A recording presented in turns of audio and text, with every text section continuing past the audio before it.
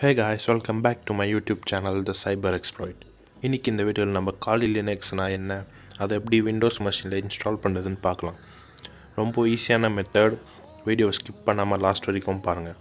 So without wasting time, let's execute.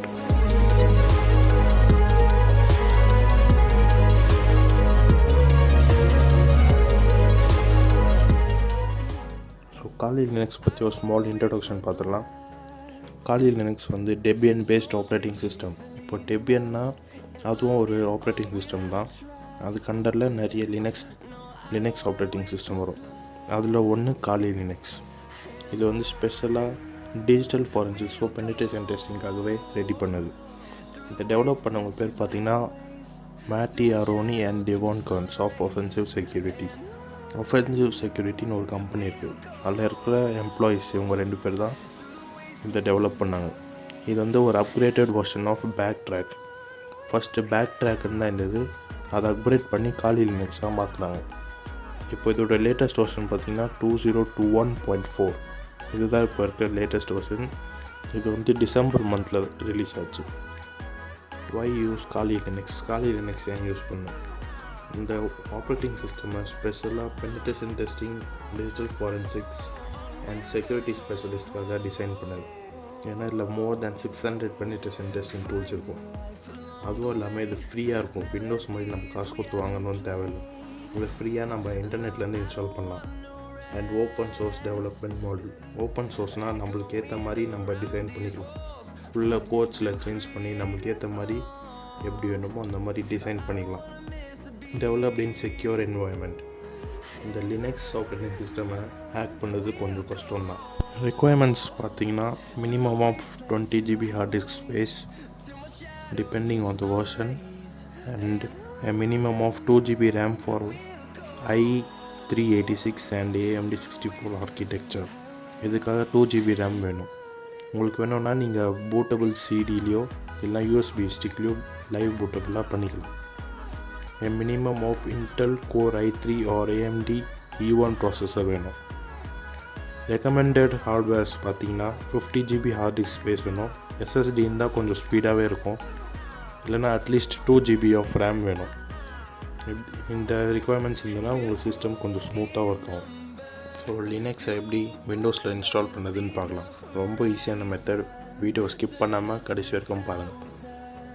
So first நீங்கள் chrome open பண்ணி kali.orgன்னு type பண்ணணும்.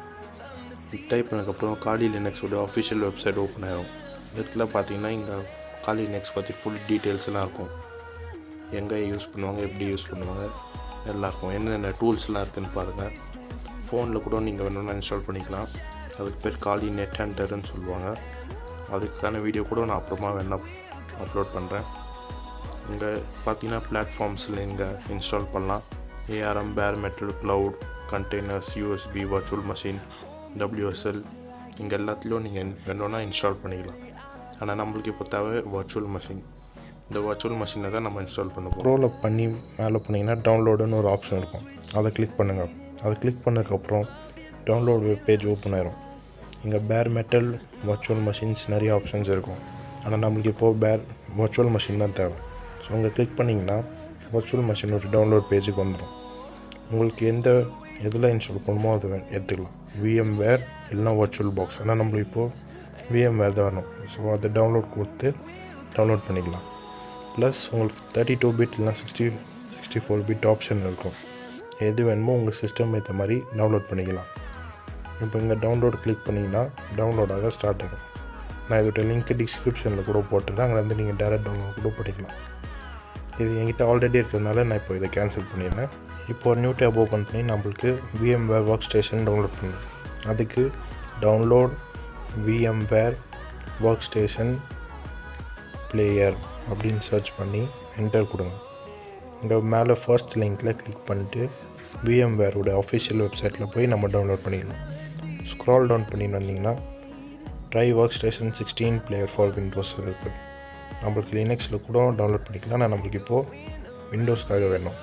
So இங்கே டவுன்லோட் நான் கொடுத்தீங்கன்னா டவுன்லோட் ஸ்டார்ட் ஆகிடும்.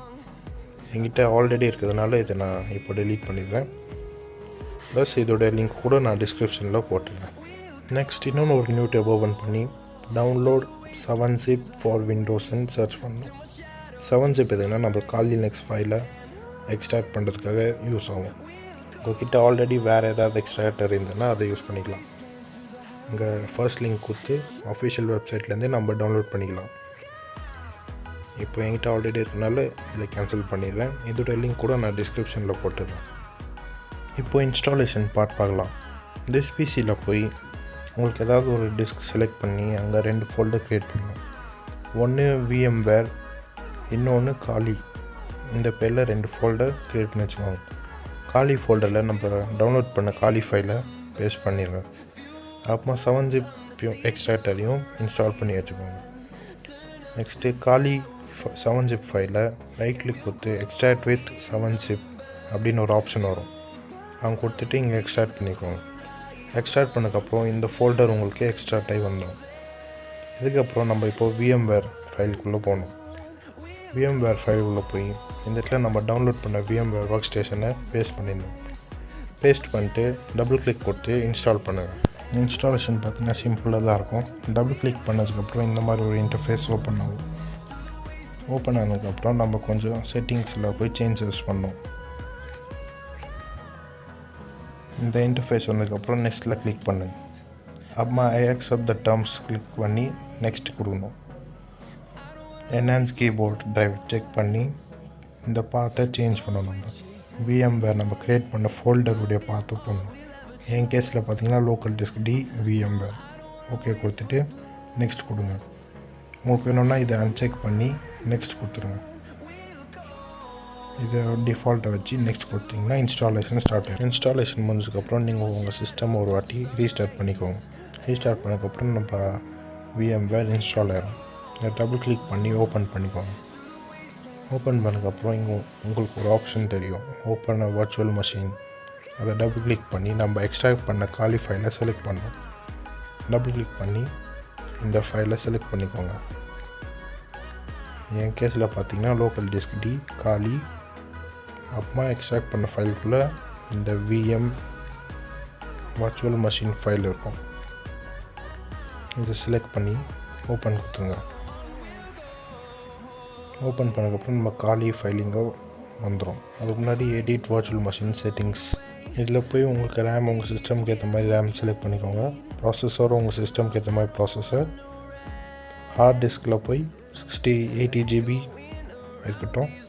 சிடி ட்ரைவில் போய் டிஃபால்ட் செட்டிங்ஸில் இருக்கட்டும். நெட்வொர்க் அடாப்டரில் போய் பிரிட்ஜில் செலக்ட் பண்ணி வச்சுக்கோங்க. பிரிட்ஜ் இல்லைன்னா நேட். ஆனால் நான் ரெக்கமெண்ட் பண்ணேன் பிரிட்ஜில் செலக்ட் பண்ணி வச்சுக்கோங்க, அது யூஸ் ஆகும். நெக்ஸ்ட் USB கண்ட்ரோலரில் போய் இதோ டிஃபால்ட்டே இருக்கட்டும். மீதியெல்லாம் செட்டிங்ஸோ டிஃபால்ட்டே வச்சு ஓகே கொடுத்துருங்க. அப்புறமா இங்கே கீழே பார்த்தீங்கன்னா ப்ளே வர்ச்சுவல் மெஷின் ஒரு ஆப்ஷன் இருக்கும். அதை கிளிக் பண்ணி உங்கள் வர்ச்சுவல் மெஷினை ஸ்டார்ட் பண்ணலாம். ஃபர்ஸ்ட் டைம் பூட் ஆகிறதுனால கொஞ்சம் ஸ்லோவாக தான் இருக்கும். செகண்ட் டைம் பூட் பண்ணும்போது உங்கள் சிஸ்டம் ஸ்பீட் ஏற்ற மாதிரி அது ஸ்பீடாக பூட் ஆகும். அட்லீஸ்ட் ஒரு 2 minutes ஆகும் பூட் ஆகுது. அதனால் கொஞ்சம் நேரம் வெயிட் பண்ணிக்கோங்க.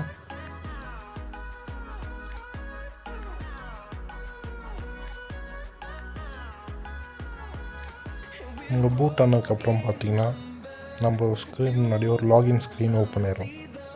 இதோட டிஃபால்ட் யூசர் நேம் பார்த்தீங்கன்னா காலி அண்ட் டிஃபால்ட் பாஸ்வேர்டு அது கூட காலி. இதை க்ரெடிஷியல்ஸ் வச்சு நீங்கள் லாகின் பண்ணிக்கலாம்.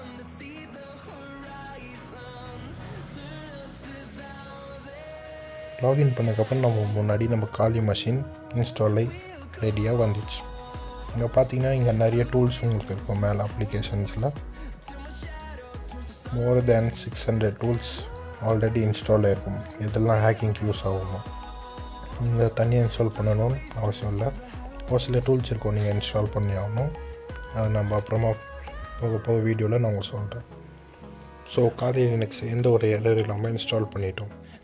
வீடியோ பிடிச்சிருந்தா லைக் பண்ணுங்கள், மறக்காமல் உங்கள் ஃப்ரெண்ட்ஸ் கூட ஷேர் பண்ணுங்கள். இதே மாதிரி இன்ட்ரெஸ்டிங் வீடியோ பார்க்கணுன்னா இந்த CyberXploit யூடியூப் சேனலை சப்ஸ்கிரைப் பண்ணிக்கோங்க. நெக்ஸ்ட் வீடியோவில் நான் உங்களுக்கு காலி லினக்ஸ் உடைய பேசிக் டியூட்டோரியல்ஸ் சொல்லித்தரேன். அது வரைக்கும் கீப் ஹேக்கிங்.